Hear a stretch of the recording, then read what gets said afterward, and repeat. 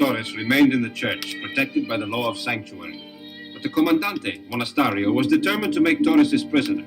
And to do this, he had to lure Torres out of the church where he could be captured. Monasterio devised a clever plan, and I was visiting the mission when the Comandante arrived. Buenos dias, Padre. Buenos dias. Senor de la Vega. Buenos dias. I suppose you returned with a new scheme to break the law of sanctuary? Not at all. I've returned to protect church property and your lives. Against what? Against a surprise attack by hostile Indians. Oh, there are no hostile Indians here. They are all my children. You think so? One of the Indians has confessed to me that his people are planning to burn the mission and kill you. That is impossible. Why, they love Padre Felipe. They have planned revenge for a long time. They mean to strike under cover of darkness.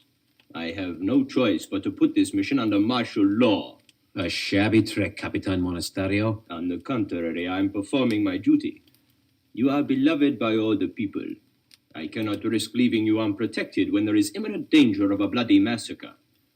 Padre, I formally declare this mission to be under my personal military command. Now, if you please, I shall select a private room for my headquarters. Sergeant Garcia, bring 2 guards and come with me. Come, this way. Don Diego, it is quite obvious what the Comandante has in mind. Unable to get Don Nacho any other way, he now invents a false Indian uprising as an excuse to take over the mission. But as long as Don Nacho remains in the church, he is protected by sanctuary. True, but Monasterio will keep him in there. How long can Don Nacho live without food or water? Plainly, this was a situation to be handled by Zorro. That night, I donned my mask and cloak and successfully eluded the guards to deliver food and water to the grateful Don Nacho. Capitan Monasterio had surrounded the mission with his lancers, and only by trickery could we free Don Nacho from the evil grasp of the Comandante. So it was trickery we used. With the help of my trusted servant Bernardo, I laid a careful plan. Then, next day, I rode in my carriage to the mission.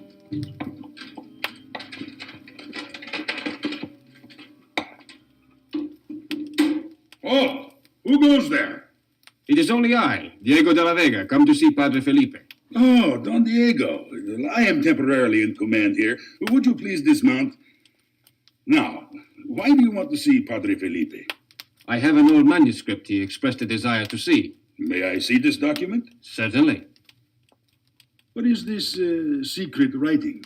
Oh, that is Latin, Sergeant. Oh, of course, I know that. But what does it say? Oh, I don't think you would be interested. It's just an account of something rather strange that happened here many years ago. Strange? What was it? It seems that when this mission was built, back in 1771, a band of marauding savages struck in the dead of night. They captured an unfortunate monk and they tortured him until he went mad. He was tied to that very tree under which you stand. Oh, it was smaller then, naturally. Ever since, so the tale goes, his ghost has haunted the mission on dark, moonless nights. The ghost of the mad monk? I am surprised you never heard of it. The mission Indians claim to have seen it, but, well, they're superstitious natives. What do they think they saw? A figure in a cowled robe rising from the graves back of the church.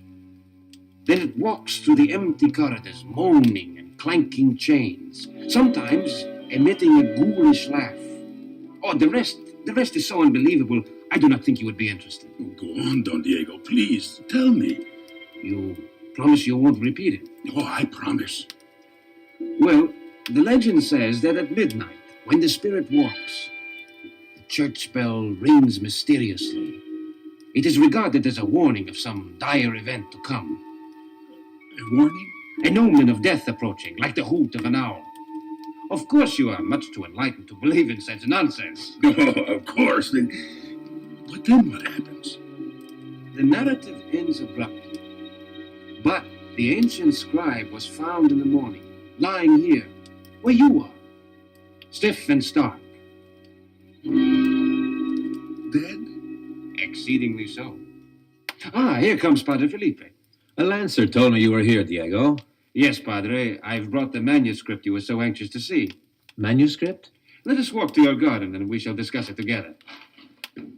Farewell, Sergeant. What about this manuscript?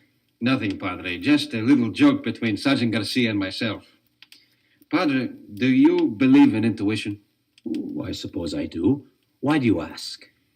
I seem to feel that this reign of terror is coming to an end soon. I hope so. Let us pray that it does.